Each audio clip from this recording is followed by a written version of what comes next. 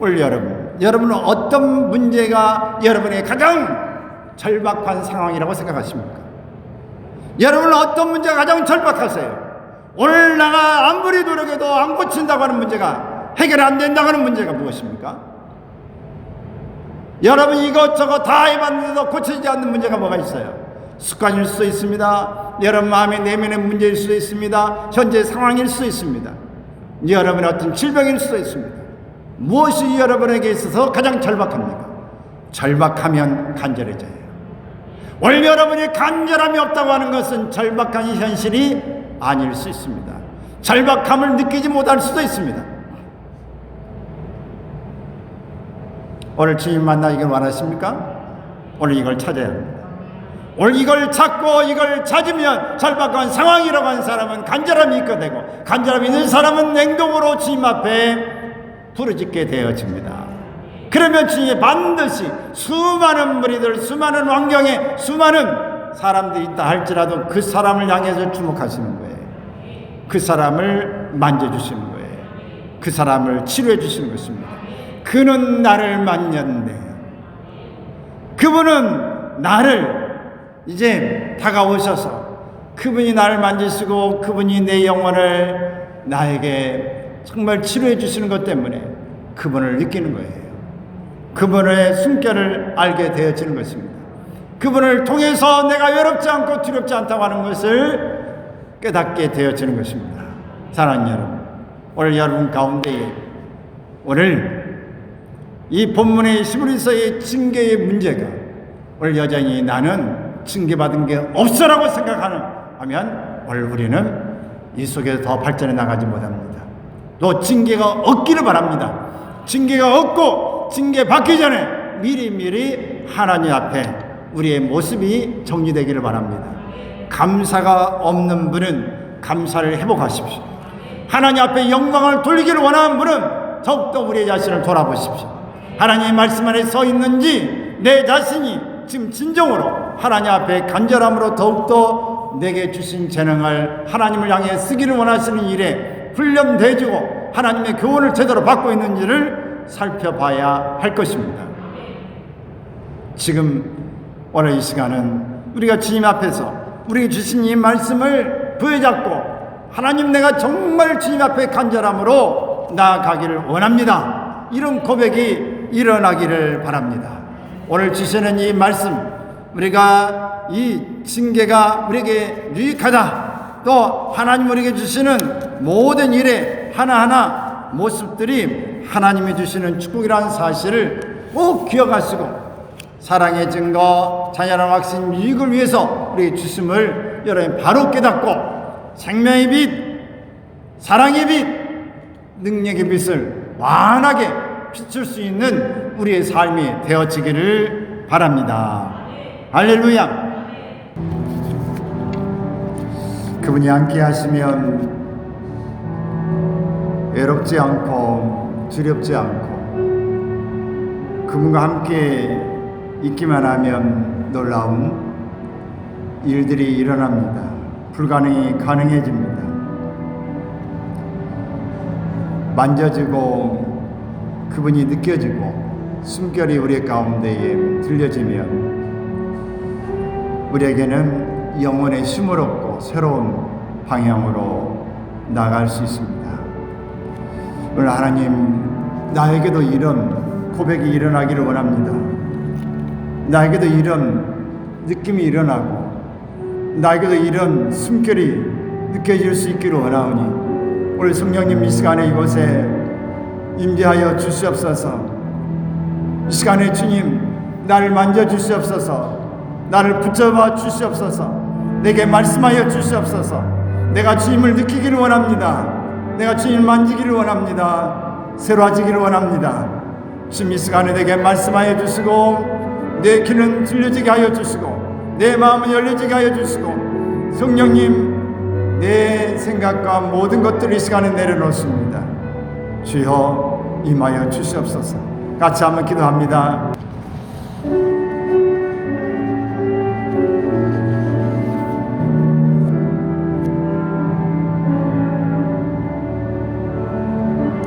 그는 나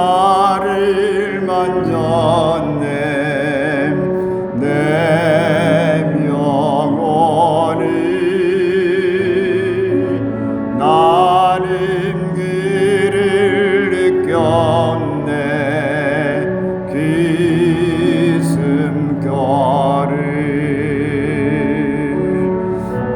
주의 사랑 있으면 나 외롭지 않아 주의 사랑 안에서 나 두렵지 않네 그는 나를 버리지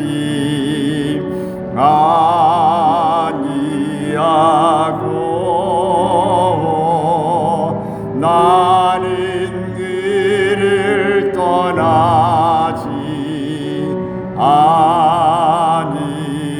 아니하리 주의 사랑이 있으면 주의 사랑이 있으면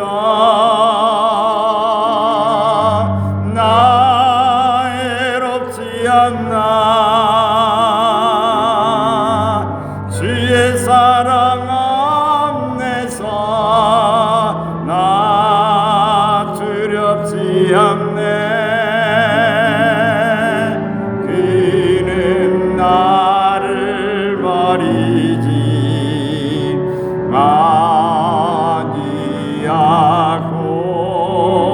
아니하고 나는 그를 떠나지 아니 그는 나를 만졌네 내 영혼을 같이 향합니다 그는 나를 만졌네 내 영혼을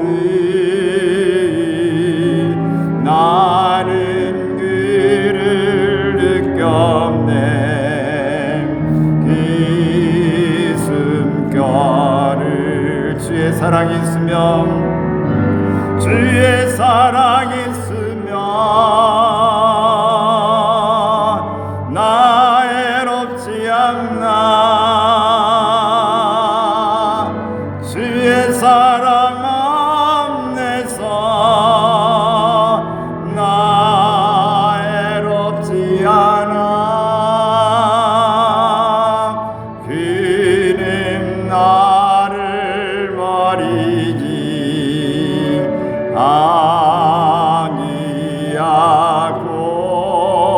아니하고 나는 그를 떠나지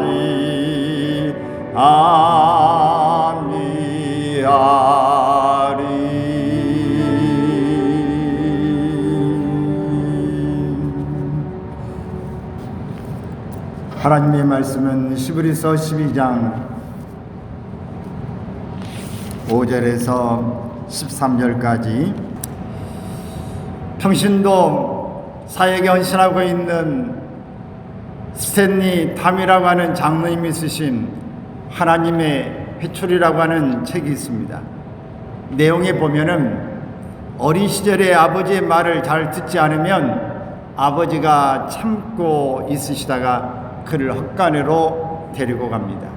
그리고 회초리를 들고 왜 그런 나쁜 짓을 버릇을 고치지 못하느냐 징계하셨다고 합니다. 그런 자신의 간증을 통해서 하나님의 회초리가 어떤 의미를 주고 있는지를 말하고 있습니다. 20세기 위대한 사상가인 C.S. 루이스는 고통의 문제라고 하는 책에서 사람에 따라서 무서운 일이 일어나기 전에는 하나님께 귀를 기울이지 않는 습성이 남아있다.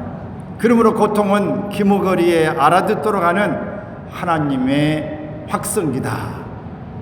이렇게 이야기를 합니다. 또 유명한 신학자이고 철학자였던 이 파스칼이라고 하는 사람은 당신을 섬기라고 내게 건강을 주셨지만 나는 세상을 위해 다 써버렸습니다.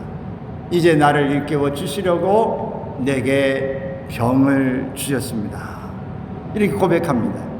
고통과 질병이 하나님의 백성에게 주시는 징계일 수 있음을 가르치고 있습니다.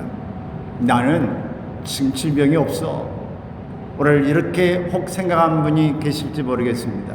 물론 조그마한 아픔, 조그마한 불편함 없는 사람은 없겠지만 오늘 하나님이 여기에 말하는 징계는 이런 정도를 이야기하는 것이 아닙니다. 우리의 삶의 현장에서 굉장히 힘들고 어려운 부분을 이야기하는 것입니다. 성경에서 의미하는 징계는 바로 이런 뜻이 있습니다. 구부러진 나무를 바르게 편다라고 하는 거예요.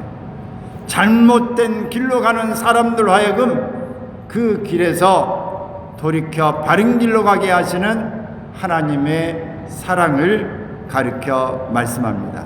그러므로 징계는 처벌과는 다른 것입니다.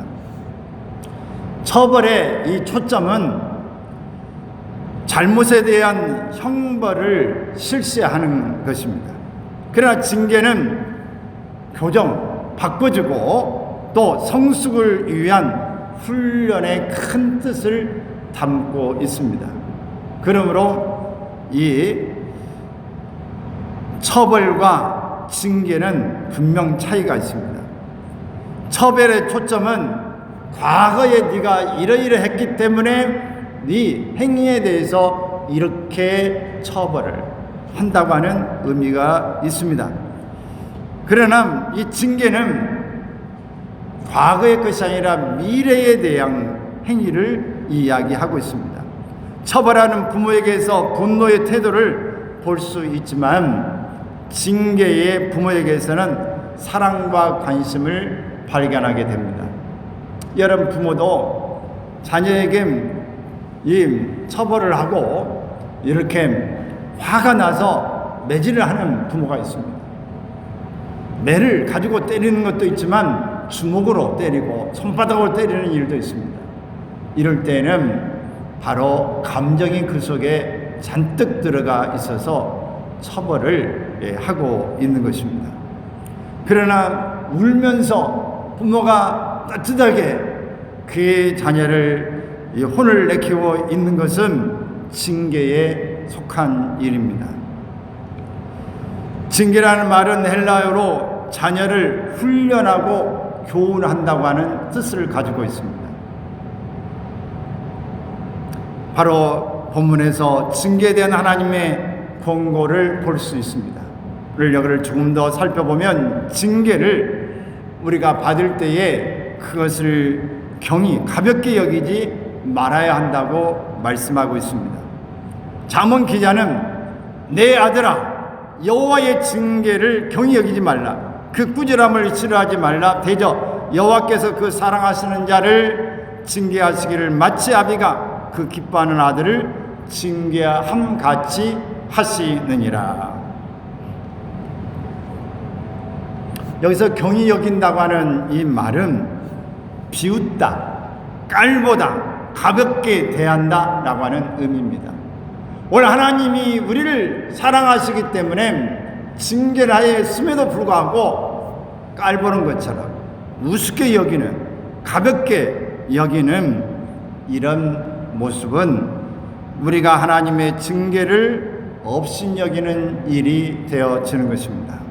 우리가 징계를 받을 때에 징계를 반드시 업신여기지 말아야 된다고 하는 것을 기억하십시오. 구약성경 욥기 5장 17절에 보면은 같이 읽겠습니다. 시작. 볼지어다 하나님께 징계받는 자에게는 복이 있나니 그런즉 너는 전능자의 징계를 업신여기지 말지니라. 왜냐하면 하나님은 아프게 하시다가 싸매시고 상하게 하시다가 고쳐주시기 때문입니다. 그러므로 징계는 크게 존중되어야 합니다. 또 징계받을 때에 낙심하지 말아야 합니다. 히브리서 12장 5절 본문의 말씀에 보면 내 아들아 주의 징계하심을 경히 여기지 말며 그에게 꾸지람을 받을 때에 낙심하지 말라. 낙심하다고 하는 말은 포기하다, 좌절하다, 상심하다, 용기를 잃다, 약해지다 라고 하는 의미를 가지고 있습니다. 낙심하다. 우리 한문을 보면 떨어질 낙자에 이 마음 심자, 우리의 이 마음이 둥 떨어지는, 그래서 안 되겠다, 포기, 좌절, 상심, 용기를 다 잃어버리고 약해질 대로 약해지는 그런 의미를 원문에서는 담고 있다 하는 것입니다. 하나님 우리를 사랑하시고 함께 해주시기 때문에 낙심해서는 안 되는 것입니다.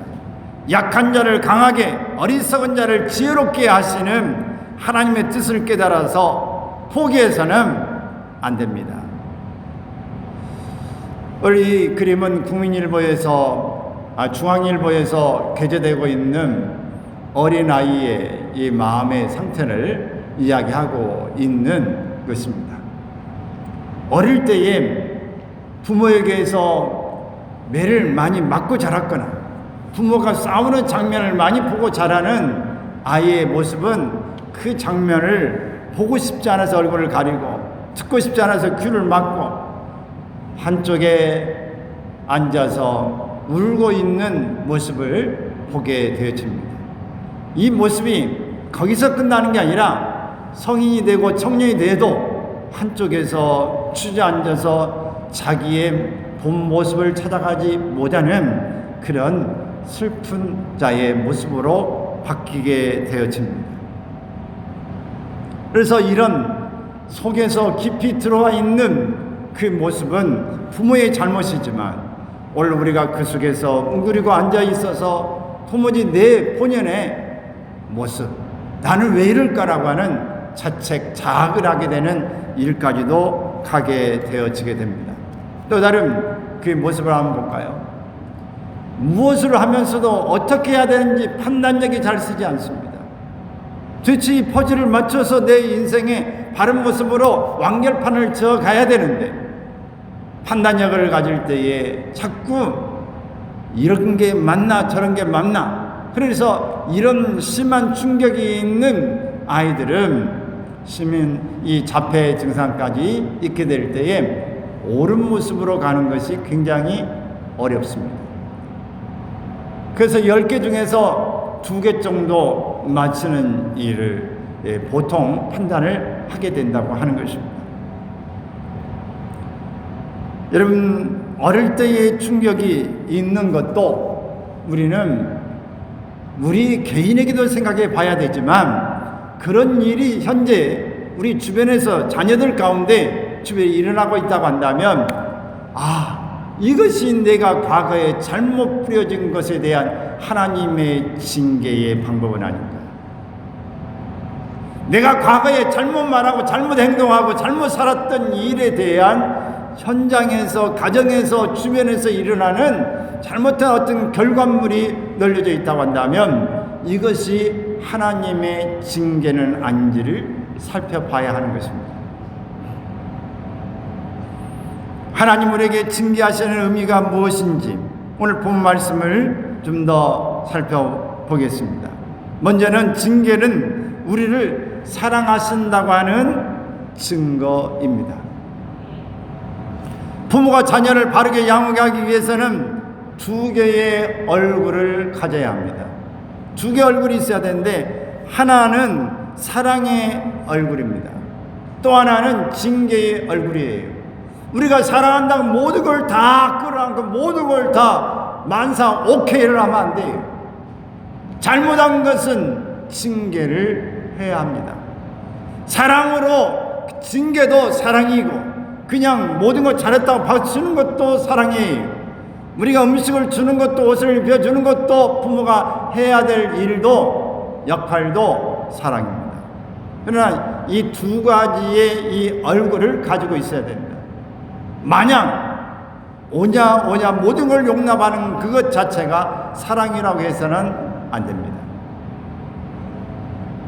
하나님 아버지도 영적 자녀를 바르게 기르기 위해서는 사랑과 징계라고 하는 2가지 방법을 사용하십니다. 그러나 이러한 징계 역시 우리를 죄에서 떠나게 하여 보다 성숙한 인격을 지니게 하는 사랑이 전제되어야 합니다. 본문 6절에도 보면 같이 읽겠습니다. 주께서 그 사랑하신 자를 징계하시고 그가 받아들이시는 아들마다 채찍질 하심이라 라고 말씀합니다. 잠언 13장 24절에도 말씀을 시작. 매를 아끼는 자는 그의 자식을 미워함이라. 자식을 사랑하시는 자는 근실이 징계하느니라 라고 교훈합니다.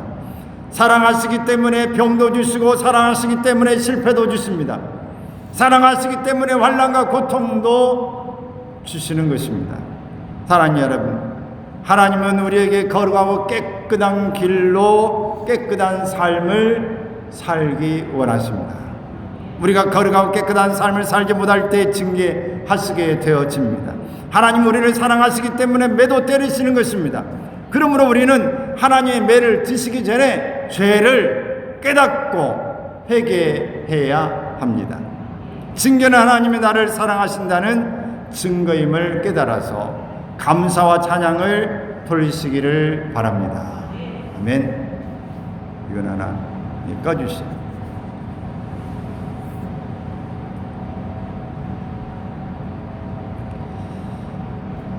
오늘 아침에 극동방송 이 라디오를 켜서 보니까 한 분의 설교 수원에 있는 목사님의 말씀이 들렸습니다. 오늘 하나님 앞에 드리는 예물에 대한 이야기를 말씀하셨어요.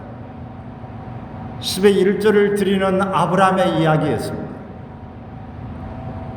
아브라함은 10의 1조를 그 전쟁에서 빼앗은 노획물을 그 얻은 것에서 11조를 드렸느냐, 아니면은 그 노획물은 전혀 상관하지 않고 그의 전 재산 가운데 10분의 1을 드렸느냐, 후자의 내용이었을까라고 본다. 전 재산의 11조. 왜? 전쟁에서 이기게 하시고 조카를 건져내게 하시고 승리하게 하신 하나님, 모든 잃었다 빼앗긴 것을 다 다시 찾게 하신 하나님, 함께 하신 하나님, 바로 하나님께서 나타나셔서 이 전쟁을 이기게 하셨다고 하는 말씀을 들었을 때에 감사해서 드리는 것입니다. 여러분, 하나님 앞에 우리가 예물을 드리는 일이 10의 1조 감사 여러 항목으로 주님 앞에 예물을 드리는데, 여러분은 어떤 모습으로 예물을 드리고 있습니까? 여기 있는 분은 다 10의 1조를 드리는 분들입니다. 여기는 다 드리고 있습니다. 그렇기 때문에 11조에 대한 문제는 여러분이 달리 생각하지 않아도 되겠죠. 그런데 11조를 드리는 것이 교회 재정을 위해서 드리는 것인지, 아니면 하나님 앞에 감사해서 드리는 것인지를 생각해 볼 수 있기를 바랍니다. 오늘 연말 정산 기부금 영수증을 해달라는 분이 있어서 전에 다 통계를 내놓고 작성하는 가운데 보니까 어떤 분은 작년보다 소득도 늘고 11조도 더 늘어났고 헌금을 더 드린 분도 있지만, 어떤 분은 11조는 늘었는데 전체적으로 이 헌금이 상당 부분이 줄은 사람이 여러 사람이 있고 는 사람도 몇 사람이 있고, 근데 거의 새로운 사람들이 하게 돼서 재정은 하나님이 남지도 않고 부족하지도 않게 한다더니 정말 많이 있는 자가 많이 드린 것도 아니고 적다고 없는 자가 못 드리는 것도 아니구나.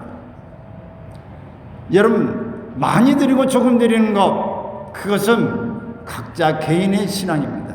그러나 오늘 이 부분 속에서 내가 11조를 드리든 감사를 드리든 어떤 예물을 드리든 그 속에 하나님을 위한 감사가 있는가 하는 것입니다.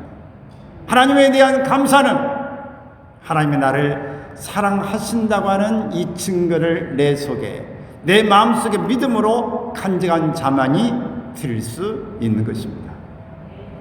오늘 여러분, 우리를 사랑하시는 증거가 징계로 나타나고 있다고 하는 것을 오늘 본문에서, 오늘 잠언서에서도 말씀하고 있는 것입니다. 내가 정말 하나님의 사랑을 느끼고 있는지, 그 느낌을 가지고 살지 않으면 하나님은 그 사랑 속에서 너희가 살기를 원하는, 더 벗어나지 않기를 위해서 하나님이 징계하실 수 있다고 하는 것을 기억해야 합니다. 두 번째는, 징계는 우리가 하나님의 자녀라고 하는 확신입니다. 본문 7절에 보면 너희가 참으면 징계를 받기 위함이라 하나님이 아들과 같이 너희를 대우하시나니 어찌 아버지가 징계하지 않는 아들이 있으리요. 징계는 다 받는 것이거늘 너희에게 없으면 사생자요 친아들이 아니니라 라고 말씀합니다. 하나님 우리를 아들로 대우하시기 때문에 징계하십니다. 하나님 우리에게 여러 가지 시험과 고난을 허락하시는 것은 우리를 하나님이 사랑하시는 자녀들이기 때문에 그렇습니다. 잠언서 기자는 잠언 29장 17절 말씀에서 이렇게 이야기합니다. 채찍과 꾸지람이 지혜를 주거늘 임의로 행하게 버려둔 자식은 어미를 욕되게 하느니라. 하나님이 이스라엘 백성에게 신명기 8장 5절 6절에서 이렇게 이야기합니다. 시작. 너는 사람이 그 아들을 징계함 같이 내 하나님 여호와께서 너를 징계하시는 줄 마음에 생각하고 내 하나님 여호와의 명령을 지켜 그의 길을 따라가며 그를 경외할지니라. 사랑하는 여러분, 여러분이 하나님께 범죄했을 때 징계했다는 것은 하나님의 사랑받는 자녀이라고 하는 사실을 믿으시기 바랍니다. 우리 육신의 아버지가 우리를 징계하여도 공경하였거늘 하물며 영의 아버지께 더욱 복종하며 살아야 할 것입니다. 우리가 직장을 다니면 직장에 잘못하면 징계를 받습니다. 심화서를 씁니다. 늦게 오면 왜 늦었는지 사유서를 써야 합니다. 모든 일에 잘못하면 징계가 내려지게 됩니다. 법적인 문제가 다 그렇습니다. 오늘 하나님 앞에서도 우리가 이런 징계를 받을 때 내가 하나님의 자녀이구나, 하나님이 나를 사랑하시구나 라고 하는 이 사실을 확인할 수 있기를 바랍니다. 징계받을 때 하나님의 기쁘신 뜻이 무엇인지 깨달아서 더욱 하나님의 자녀로 합당하게 살아가는 기회를 삼기 바랍니다. 세 번째는, 징계는 우리의 유익을 위한 것입니다. 본문 10절의 말씀에 보면 같이 한번 읽습니다. 시작. 그들은 잠시 자기의 뜻대로 우리를 징계하였거니와 오직 하나님은 우리의 유익을 위하여 그의 거룩하심에 참여하게 하시느니라. 평안하고 아무 어려움이 없는 것이 모두 좋은 것은 아닙니다. 그로 인한 신앙생활의 나태함이 성도에게도 큰 고난을 가져올 수 있기 때문에 그렇습니다. 그러므로 징계를 통해 얻을 수 있는 유익을 보면 먼저는 하나님의 거룩함에 참여하게 하시는 것입니다. 두 번째는 하나님의 말씀을 지키게 하는 것입니다. 징계를 통해서 우리의 잘못을 깨닫고 내 모든 부정함과 악한 것을 청산하는 거룩함에 나아가야 한다고 하는 사실을 우리가 알면서 좀 더 거룩함에 참여하게 될 뿐만 아니라 하나님의 말씀은 진리였다, 하나님의 말씀을 지키는 것이 옳은 일이었다 그러면서 하나님의 말씀을 지키게 되는 계기가 되는 것입니다. 바로 징계가. 여러분, 저도 부끄러운 고백입니다마는 이 도로변에 한밤중에 차선에 이 주차를 도로에 하면 안 되는 건데 밤중에 차도 안 다니니까 신방 갔다가 이 도로변에 두 줄 이렇게 노란 줄이 있는 거기다 주차했는데 딱지가 날아왔어요. 그래서 이 구청에 전화를 했습니다. 아니 지금 딱지 찍힌 시간을 보니까 밤 10시 40분인데 아니 이 시간에도 도로변에 주차해놓은 게 우리 차만 있는 게 아니라 여러 차들이 거기에 여러 개 차들이 많이 있는데 이 시간에 지금 주차해놨다고 딱지 떼는 건 너무하지 않습니까? 했더니만 구청의 담당 직원이 하는 말이 우리도 어쩔 수가 없습니다. 너무 억울하게 생각되시는 거 저희도 압니다만 이것은 우리가 찍은 게 아니라 누가 개인이 그의 사진을 찍은 것입니다. 3분 간격으로 앞에 한번 찍고 뒤에서 한번 찍으면은 그 똑같은 자리에 있게 되면은 우리도 어쩔 수가 없습니다. 그래서 딱지를 뗐어요. 오늘 그러니까 그 다음부터 어떻게 될까요? 그 자리에다가 떼면 또 누가 찍을지 모르니까 차를 거기다 안 대고 골목에다 대게 돼요. 여러분, 이게 바로 징계가 오늘 우리로 하여금 삶을, 태도를 바꾸게 합니다. 그것이 좋아서가 아니라 이렇게 하면 안 돼 라고 하는 거예요. 오늘 말씀을 지키게 하는 거, 법을 지키지 않으면 언제 어떻게 될지 모른다라고 하는 생각을 갖게 되는 거예요.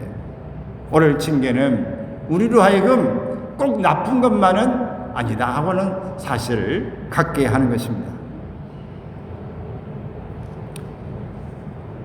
또 이 징계는 의와 평강의 열매를 맺게 하는 것입니다. 의와 평강에 우리가 이 법을 잘 지키고 하나님 안에 있게 되면 그 마음에 평안함이 있어요. 평안하고 불안함이 없습니다. 의에 옳은 그런 행실의 열매를 맺을 수 있게 돼요. 그런데 우리가 잘못을 저지르고 우리가 이 불안, 두려움을 여전히 가지고 있다고 하는 것은 우리가 지금 온전한 모습으로 살고 있지 못하다고 하는 것을 이야기하고 있는 것입니다.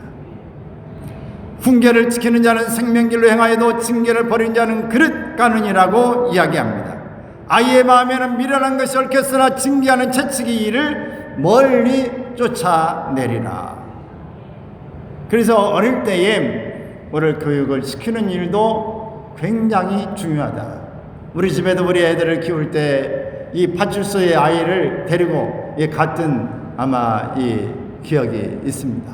왜 버릇을 뭔가 고치려고 가자고 막 하고 이 여러 모습으로 이렇게 했던 기억이 있습니다.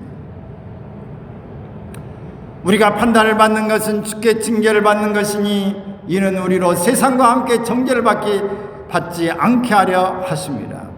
세상으로부터 징계를 받고 지탄거리가 되는 일이 가끔 나옵니다. 오늘 이런 일이 되지 않기를 위해서 미리 하나님께서 우리에게 징계를 하시는 이유가 있습니다. 징계는 우리 믿음이 성장하는 기회가 됩니다. 예수님을 닮아가는 축복이 됩니다.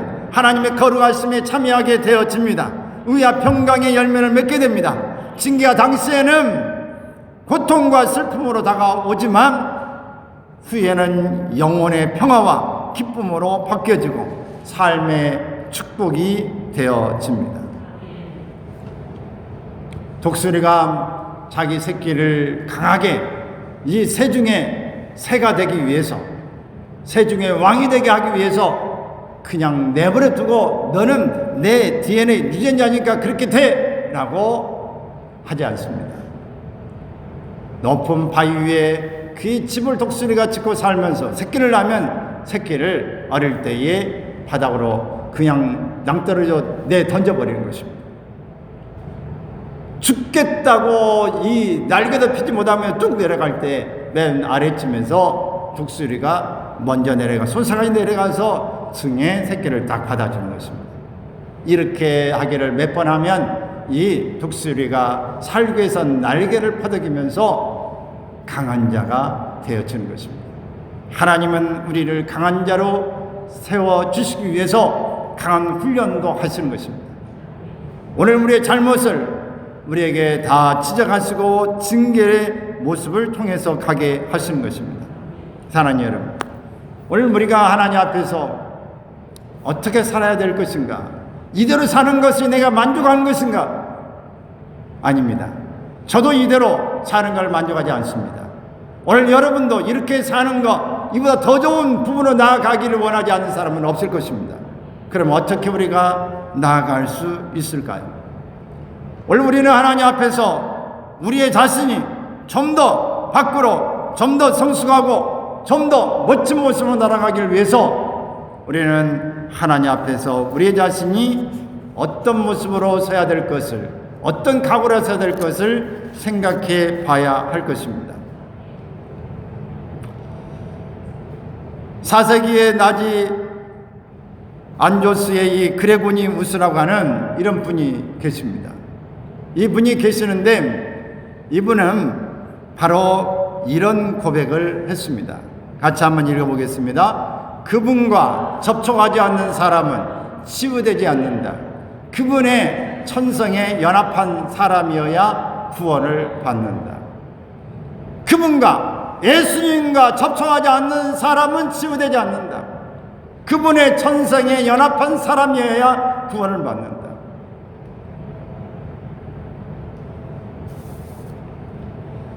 누가복음 6장 19절에 보면은 이런 구절이 나옵니다. 같이 한번 읽겠습니다. 온 무리가 예수를 만지려고 심으니 이는 능력이 예수께로부터 나와서 모든 사람을 낫게 함이로라. 혈병에 걸린 한 여인이 예수님께 나와서 내가 저 옷자락만 만져도 나음을 입겠다는 믿음을 가지고 만져서 나음을 입었습니다. 여러분, 왜 혈증의 여인이 예수님께 나왔을까요? 그가 백방으로 다녀봐도 단방약 또 민간요법 이것저것 다 사용해봤지만 그에게 있는 혈증, 피가 계속 나오는 멈추지 않는 이 혈루증을 고칠 수가 없었습니다. 자신은 굉장히 절박합니다. 사람들 앞에서 불결함을 잊게 되어지고 사람들 가운데 함께 만나기도 힘들어집니다. 요즘에 자가격리가 힘든 그런 일 외에도 한 사람이 자가격리를 하고 있지만은 여러분, 이 자가격리는 내가 잘못해서 꼭 일하기보다는 내가 어쩌면 코로나에 걸리는 것도 내 잘못이라고 어느면 100% 내 잘못이 아니라고 말할 수도 없겠지만 어떤 면에서는 내 잘못이 아니라 누군가에 의해서 뭔가를 묻혀놓은 부분에 귀를 가다가 만져서 우리 코로나가 올 수 있어요. 어떤 경우에는 어디서 어떻게 온지도 몰라요. 감기가 오듯이 우리가 올 수 있습니다. 자가격리는 더군다나 아무것도 없지만 오늘 자기는 만일에 어떤 일이 일어날지 모르니까 있을 수도 있어요. 오늘 어떤 이런 자가격리 됐든 코로나 걸린 사람은 굉장히 부담스러워요. 다른 사람들이 볼 때 나도 걸리지 않을까 피해 다니는 것이고 그 사람이 왔다가 어디만 왔다가 갔다고 해도 거기를 안 가려고 하고 두려워하고 왜 그러냐고 욕을 하고 거기에 사람들이 저런 사람이 있으니까 안 된다고 이야기를 하고 막 그렇습니다. 오늘 교회에서 코로나가 발생한 것 때문에 안 믿는 사람 불신자들은 얼마나 이 교회들 욕을 하는지 모릅니다. 열방에 이런 문제도 이번에 생기고 옛날에 또 이 서울에 교회가 생기고 신천지에 생기고 또 여러 데 생길 때마다 교회가 도매감에 올라가요. 오늘 사람들이 치산해 갑니다. 여러분, 혈증에 걸린 한 여인의 모습은 불결해서 누구 저주받은 사람이라고 여기 옆에 냄새난다고 도대체 상종을 하지 않고 나갈 수도 없는 거예요. 정말 그 여인에게 있어서는 절박했습니다. 내가 살아나기 위해서는 내가 가야 될 길은 내가 회복할 수 있는 길은 아무리 세상에 찾아봐야 없다고 하는 생각이었습니다. 그래 그는 예수님이 지나가신다고 할 때에 절박한 그 상황 속에서 그의 마음은 너무너무 간절해지는 것입니다. 내가 이 예수님을 만나야 내가 나을 수 있겠다. 내가 아무리 방법을 해봐도 이 상황에서 내가 벗어날 길은 없다고 생각한 것입니다. 그래서 그의 간절함이 결국은 행동으로 나타나게 됩니다. 어떻게 해요? 사람들이 뭐라고 하든 말든 상관없이 그에 달려가는 것입니다. 달려가서 예수님의 옷자락이라도 내가 만져야 되겠다. 그분과 접촉하면 살아날 수 있습니다.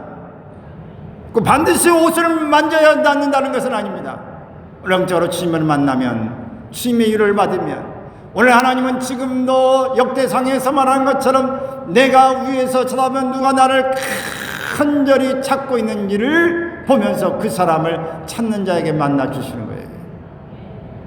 온 땅에 두루 살피사 전심으로 나를 향하여 누가 기도하고 있는가 하는 것을 감탄하고 계시다고 역대상에 말씀하고 있어요.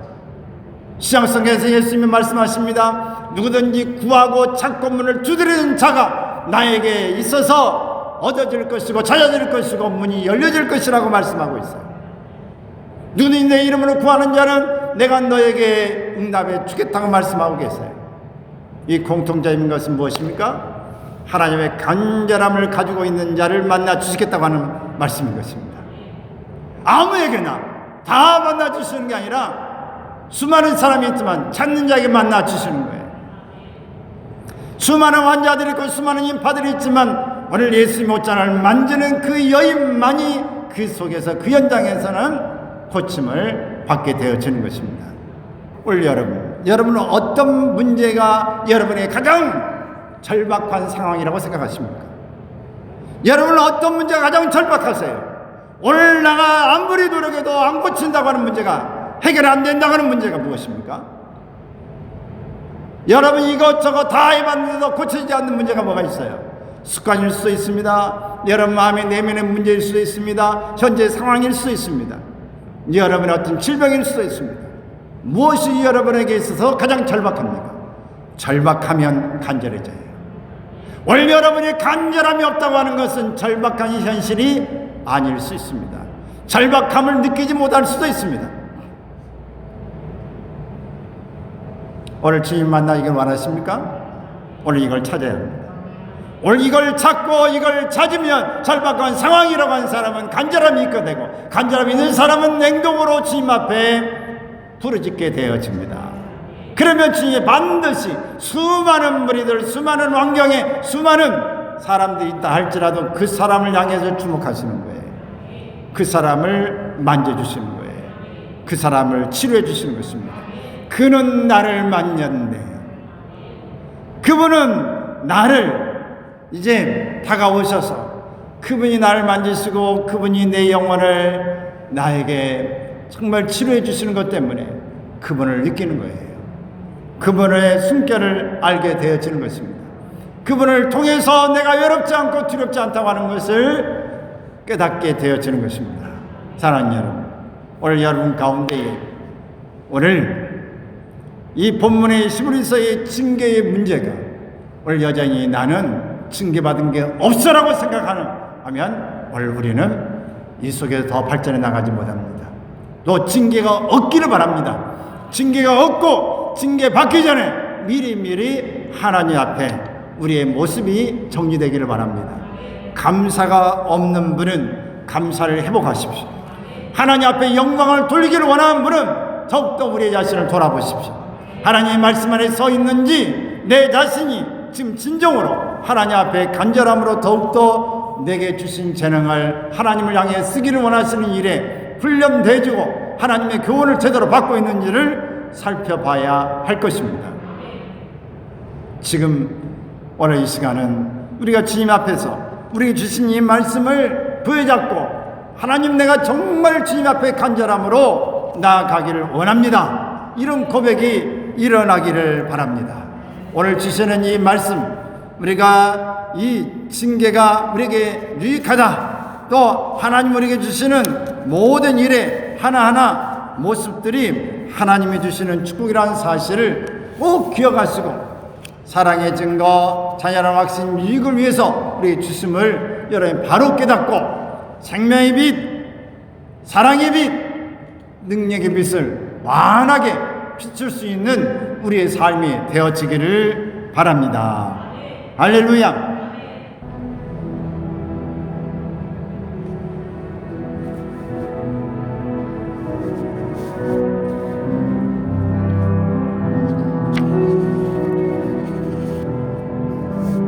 그가 찔림이 우리의 허물을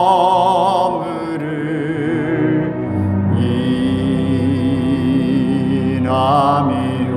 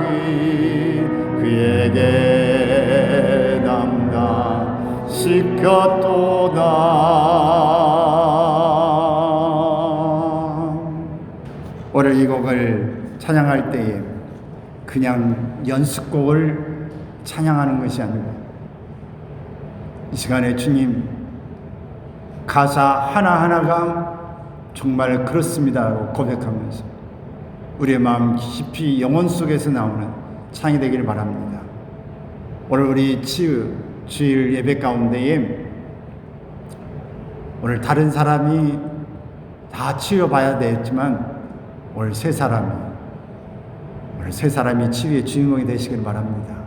오늘 반주자가, 오늘 찬양팀이 오늘 주님 앞에서 오늘 내가 주님 이 찬양이 나에게 찔림이 되게 하시고 내 허물이 내 죄악이 우리 주님과 함께 십자가에 다 도말되기를 원하며 새로운 눈을 뜨기를 원합니다.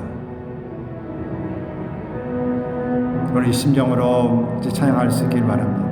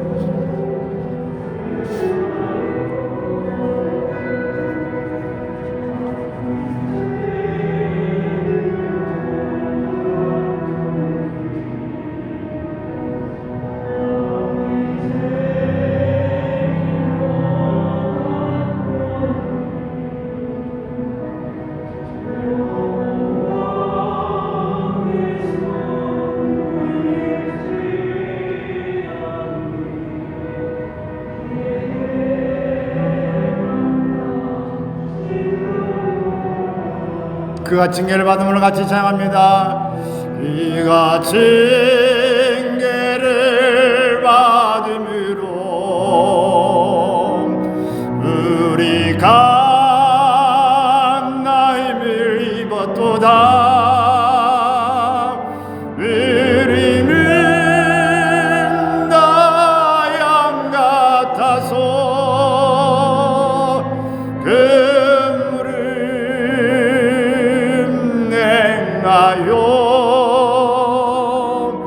각기 제 길로 갔거니 각기 제 길로 갔거니 여호와께서 우리의 죄악이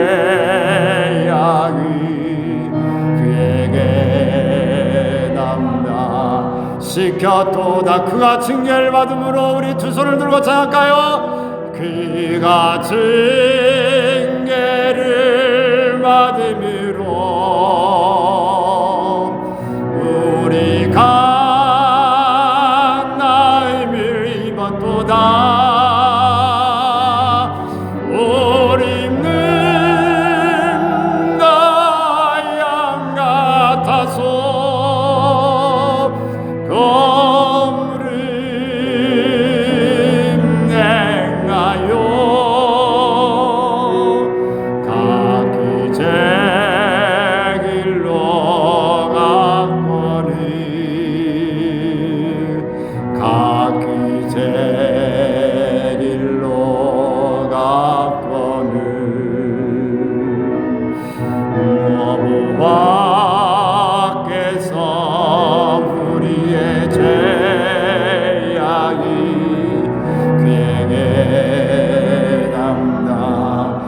지켰도다. 그가 징계받음으로 그가 징계를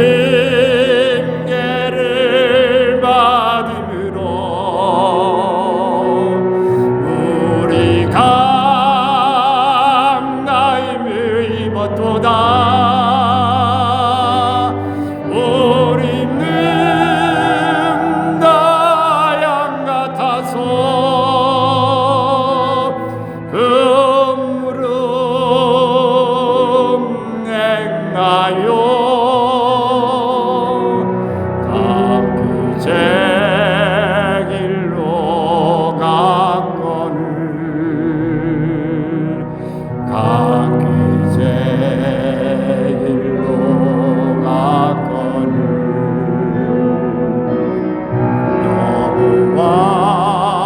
여호와께서 우리의 죄악을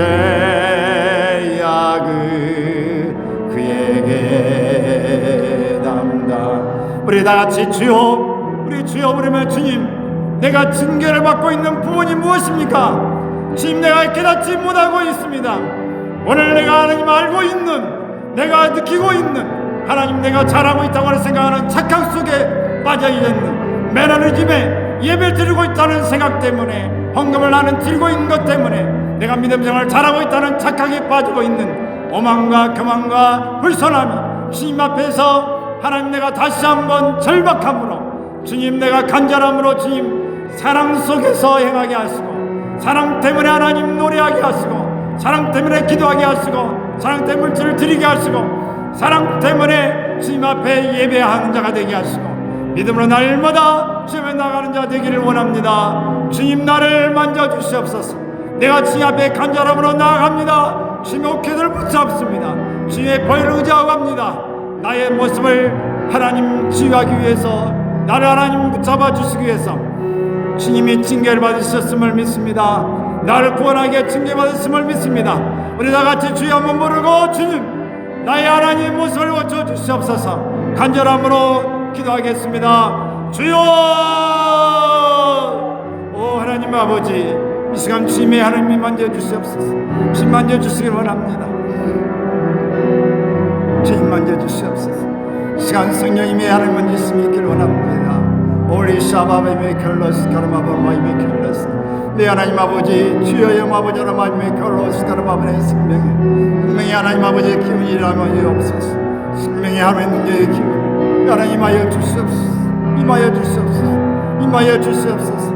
이 시간 레이베바 카르의 찬양단에, 이사의 아버지 찬단에 올라이스카마바의 사랑하는 이들 한 사람 한 사람에게 이 시간에 성령을 기름부터 물들여주시고, 매일 아버지의 가라 영혼 안에 깨워주시옵소서. 영을 만져주시옵소서. 주의 음성 하나님의 들려지게 하옵소서. 내일 아이메 가라 스카르마이메 가라 스카르, 주여 마이메 가라 마이메 가라 스키리노 결혼합니다. 주여 마이마마마이메 가라 스카르, 주여 음성을 주시고 미케일 마이메 가라 영혼에 끌어오르는, 영혼에 끌어오르는 하나님의 찬양이 일어나게 하시고, 영혼의 찬양이 일어나게 하시고, 생명의 찬양이 되게 하시고, 능력의 찬양이 되게 하시고, 사랑의 찬양이 되게 하여 주시옵소서. 라이아라스카르 마이메 가라 스카르 마이메 가라 스카르, 심의 스감도 라이메 가라 에게 명하십니다. 내게 말씀하십니다. 레이스카르 마이마 가라 라이메 가라. 나를 위하여 울지 말고 너와 내 자녀를 위하여 울라. 내 자신과 자녀들을 위하여 울라고 말씀하십니다. 올레이스카 마이메 가라 스카르 내게 하시고, 니미네르 레이스카르 마이메 마이메 가라 스카르 마이메 신명의 은혜를 받으셨습니다. 올레이 신명의 가문들에게 하시고, 신나를 사랑하신 하나님, 사랑하신 아버지, 사랑하신 아버지를 만나게 하옵소서. 내 라이스카르 문제하신 하나님이 내 아버지를 사랑하는 일 만나게 하옵소서.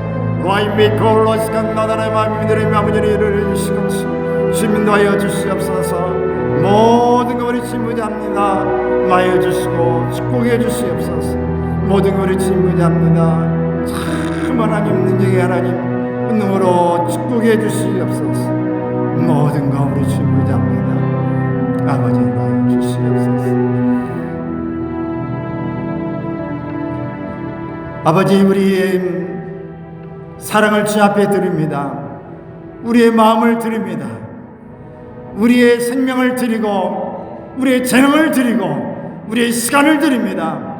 주님 사랑하기 때문에 이미 사랑을 베풀어 주셨고 우리 위하여 징계를 받으신 그 사랑에 감격하여 감사하여 주님 눈물로 나가기를 원하며 주님의 징계가 우리에게 내려지기 전에 주 앞에 다가갈 수 있기를 원하오니 축복해 주시옵소서. 특별히 오늘 사랑하는 이삭준 장단을 하나님 주님 사랑하시고 기억하여 주셔서 이들의 영혼의 깊숙에서 주님을 찬양하게 하시고 영혼이 먼저 틀림받게 하시고 영혼이 먼저 주님을 온전히 흠뻑 하나님의 사랑에 젖어들게 하여 주시옵소서. 우리 찬양할 때 하나님 심령의 메마름이 하나님의 담비로 하나님 물린 동산처럼 되게 하여 주시고 이들 속에 하나님의 참병이 처리되게 하시고 질병이 사라질지어다. 질병은 사라질지어다. 모든 각하밤은 사라질지어다. 믿음의 모든 묻혀있는 찌꺼기, 모든 먼지 투성이, 모든 오래 묻는 찌꺼기는 오늘 주의 보혈로 이 시간에 당겨지고 불려지고 모든 게 씻겨져 나갈지어다. 씻겨져 나갈지어다. 눈은 열려질지어다. 눈은 열려질지어다. 머리는 맑아질지어다. 맑아질지어다. 주님 역사하여 주시고 오늘 만져 이 모든 손에 더욱더 하나님 영감 있게 하시고 우리 하나님 신령하게 하여 주시고 주 앞에 온전히 들려지도록 축복하옵소서. 주님 의지합니다. 생명 되신 주님 오늘 또 살아계신 주님 만져주심을 감사하며 예수님의 이름으로 기도하옵나이다.